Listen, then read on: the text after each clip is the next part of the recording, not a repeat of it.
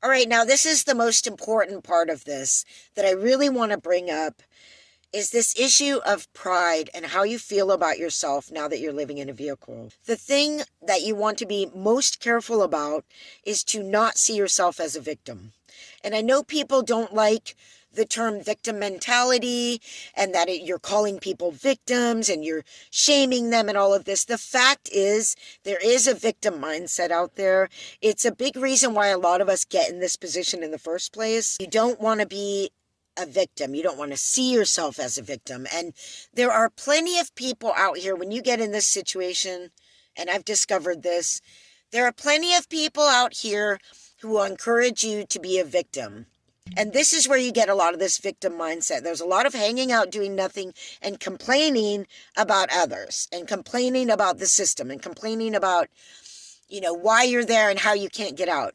I just encourage you not to do that. There will be people out here who will support you in that. And if you start hanging out with a lot of people who are doing nothing and who are houseless and who are in this victim mindset, you're going to get the victim mindset too. It's like a whole culture. That's one reason it's so hard to get out of homelessness once you're in it, is because there's this culture of it that keeps you, feeling like that's normal. And, the world is filled with opportunity and beautiful things, and you just don't want to limit yourself.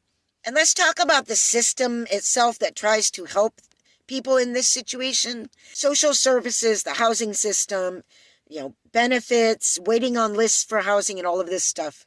That system also encourages you to be a victim. They literally treat you like a victim, even though they try and not shame you and let you have your dignity.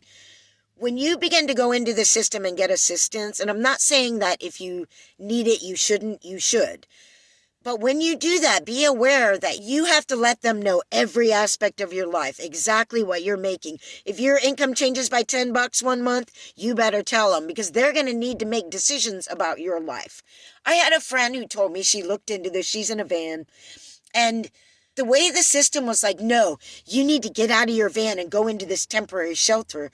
We're going to have you in there for a couple months. Then we're going to move you over here. You're going to sign up for this. You're going to do this. They begin to manage your life for you, really, in a sense. And that, I don't know how someone could feel prideful when someone else is, trying to take care of your needs, but also treating you like you need a handler.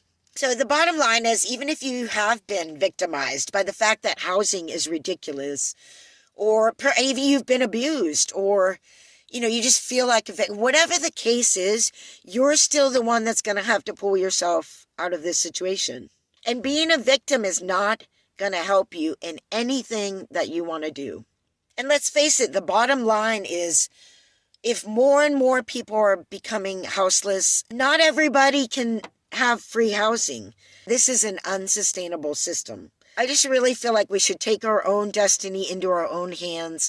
That's what gives us the best shot of moving forward and the best shot of feeling happy about ourselves and happy about our life. You don't want to go crazy living in a vehicle. You don't want to become depressed. You don't want to live in fear constantly. And you certainly don't want to begin seeing yourself as a victim. It's a very dangerous road to go down. I fight with this all of the time, and I have my whole life. So I appreciate you being here. I hope you got some value out of that, and we'll see you later. I'm going to go get to work sewing. Have a good day. Bye.